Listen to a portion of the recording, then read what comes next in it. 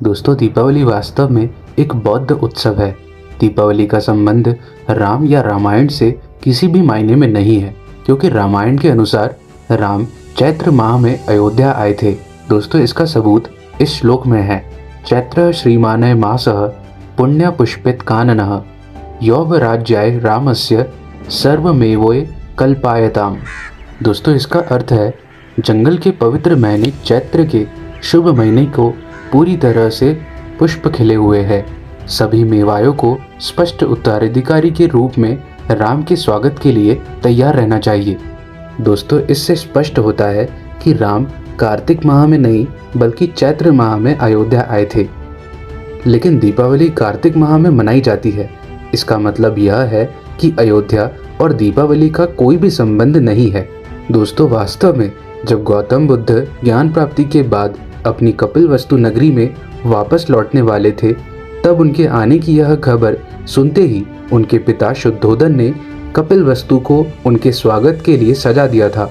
जब अश्विन माह में तथागत बुद्ध कपिलवस्तु आए तो शुद्धोधन ने अच्छे अच्छे मिष्ठान बनवाए और रात को दीप जलाकर पूरी नगरी को रोशनी से जगमगा दिया।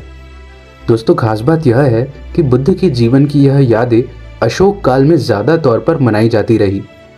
बुद्ध ने राजकाज त्याग कर जब चीवर धारण किया था तो सम्राट अशोक और सम्राट हर्षवर्धन भी हर 5वें साल बड़ा उत्सव के रूप में मनाते थे और अपना संपूर्ण राजकाज त्याग कर कुछ दिनों के लिए भिक्षु बन जाते थे। राजा अशोक और जॉन एस नामक पुस्तक में इसका जिक्र है। बुद्ध की कपिलवस्तु नगरी को ध्यान में रखकर सम्राट अशोक ने भी अश्विन माह में 84,000 स्तूप बनवाने का निर्णय लिया था और उसे अश्विन माह में ही पूरा कर दिया था।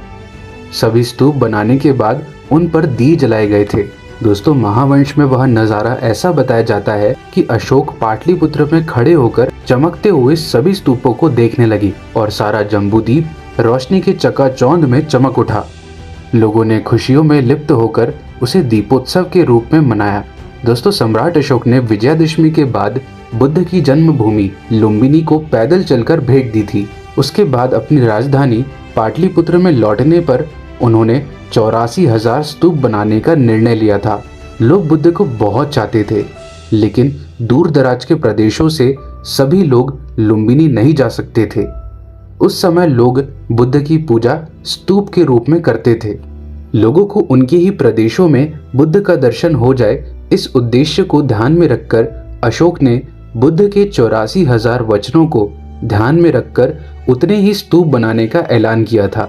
इसकी शुरुआत उन्होंने धरती में बरास खोदकर किया, जिसे आजकल वसुबारस या कोनशिला का कार्यक्रम कहा जाता है।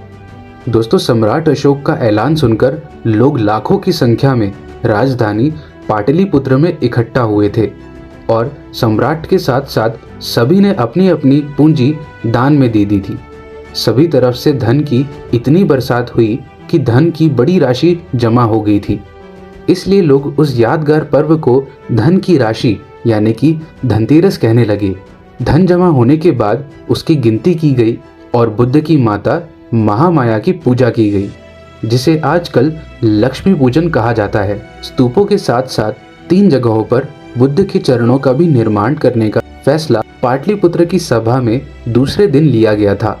चक्रवर्ती सम्राट अशोक ने दुनिया में 3 जगहों पर बुद्ध पाद स्थापित किए थे। सम्राट अशोक ने बुद्ध गया के बुद्ध पदों का प्रतिरूप अनेक जगहों पर बनाया था।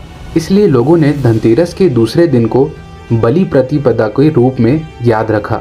लोग खुश हो गए थे और कहने लगे थे कि महाबली सम्राट अशोक का राज ऐसे ही बार बार पीढ़ी दर पीढ़ी बढ़ता रहे, वह कभी खत्म न हो। लेकिन जब इंद्र ने महान सिंधु सभ्यता नष्ट कर दी थी, दोस्तों, इसके बाद भी लोगों के दिमाग पर अशोक का समय ही तरोताज़ा रहता था। लोग कहते थे कि इंद्र की पीड़ा अब कभी न आए, बल्कि सम्राट अशोक का राज ही बार बार आए। स्तूपों के निर्माण का कार्य पूरा होने से जीवन का एक बड़ा उद्देश्य पूरा हुआ था। जीवन का एक बड़ा पड़ाव पूर्ण हो चुका था। इसलिए अशोक ने उसे पाड़ाव या पाड़वा के रूप में मनाया। अशोक की याद में यह 5 घटनाएं 5 दिन के दीपावली उत्सव के रूप में लोग बाद में मनाने लगी। इस तरह दीपावली उत्सव का प्रारंभ हुआ। अशोक का महान इतिहास मिटाने के लिए अशोक के लगभग 1000 सालों बाद 8वीं सदी में वामन पुराण कथा लिखी गई थी। अशोक ने दुनिया में जिन 3 जगहों पर, भारत में नागार्जुनकोंडा में, अफगानिस्तान के नवविहार स्तूप में और अरबस्तान में बुद्ध के चरण स्थापित कर दिए थे और उनके माध्यम से संपूर्ण दुनिया को जीत लिया था, जिसे अशोक का धम्म विजय कहा जाता है। दोस्तों, अशोक के धम्म विजय को भुलाने के लिए विष्णु ने वामन अवतार के रूप में 3 पदों में दुनिया जीत ली थी। ऐसी झूठी, काल्पनिक और मनगढ़ंत कहानी लिखी गई। इस काल्पनिक पुराण कथा का और दीपावली का कोई भी संबंध नहीं है। वास्तव में दीपावली पूर्ण रूप से बौद्ध उत्सव है। दोस्तों, अब आप समझ ही गए होंगे कि इस दीपावली का रहस्य क्या है। दोस्तों, आपकी राय कमेंट बॉक्स में ज़रूर बताइए और यह वीडियो आपको अच्छी लगी हो तो प्लीज़ इस वीडियो को लाइक करिए और अपने दोस्तों और परिवार में से ज़रूर शेयर करिए। और इसी तरह की और वीडियोस को देखने के लिए हमारे YouTube चैनल द अम्बेडकराइट बौद्ध को सब्सक्राइब ज़रूर करिए। धन्यवाद। नमो बुद्धाय। जय भीम।